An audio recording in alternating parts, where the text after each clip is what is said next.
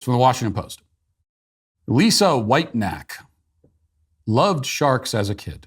She spent rainy days leafing through a guide to sharks in Reader's Digest.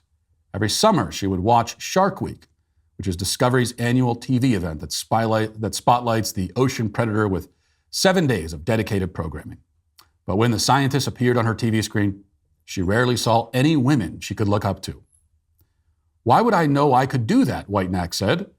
I don't come from a family of scientists. I didn't see very many people that look like me on television. Whitenack, now a biology professor at Allegheny College in Pennsylvania, found her way into shark research anyway. When the pandemic lockdowns began in 2020, she saw an opportunity to study the sources of her old misconceptions. Was Shark Week feeding audiences the wrong messages about sharks and who studies them? Whitenack led a team of researchers to examine hundreds of Shark Week episodes that aired between 1988 and 2020. This is the kind of research that's being done. This is the kind of scientific research that's being funded these days. If you're wondering what the scientists are working on, like why haven't we gotten back to the moon yet? Why don't we have a cure for cancer yet? Well, the scientists are working on this sort of thing. Looking into the diversity in Shark Week programming. In a study published last month by the Public Library of Science, their research claims that Discovery's programming emphasized negative messages about sharks, lacked useful messaging about shark conservation, and overwhelmingly featured white men as experts, including several men with the same name. The programming featured more white experts and commentators named Mike than women. So they're even looking at, there are not just too many white men who are studying sharks, but there are too many white men named Mike. Can we at least get some other names in there? Anyway, it goes on. Let's see.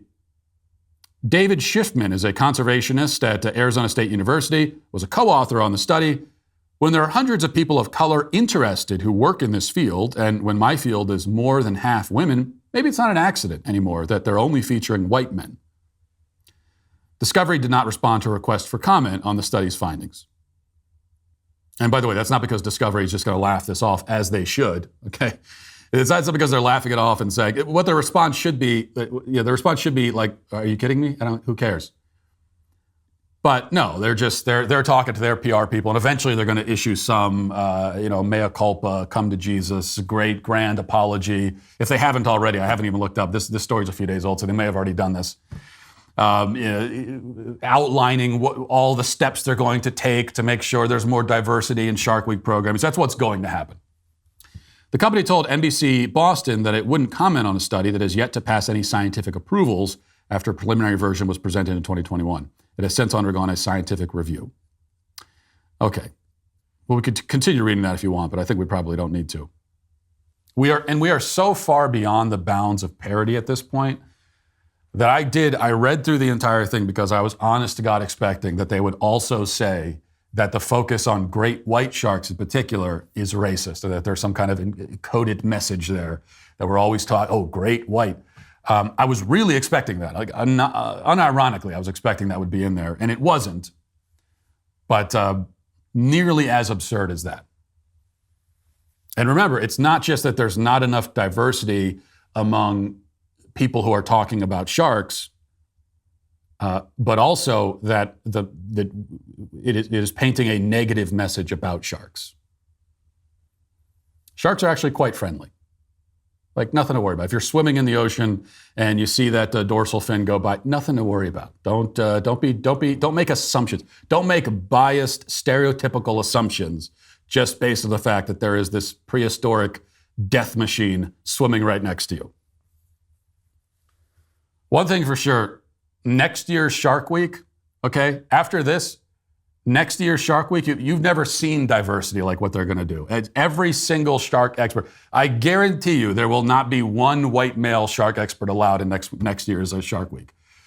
Certainly none named Mike.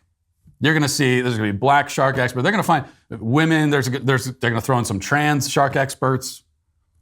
And if there aren't any trans shark experts, they'll just bring in some trans people in general, whether they know anything about sharks or not. Maybe they'll bring in a trans person who's seen the movie Jaws and get their comment on it. You've never seen diversity like what we're going to see next year. Well, I hope you enjoyed that clip from the Matt Walsh Show. If you did, be sure to subscribe to this YouTube channel and click the notification button to get more content like this. If you want to watch or listen to the full show, head to dailywire.com and subscribe today. You can also listen to my podcast on Spotify, Apple Podcasts, or wherever you get your podcasts.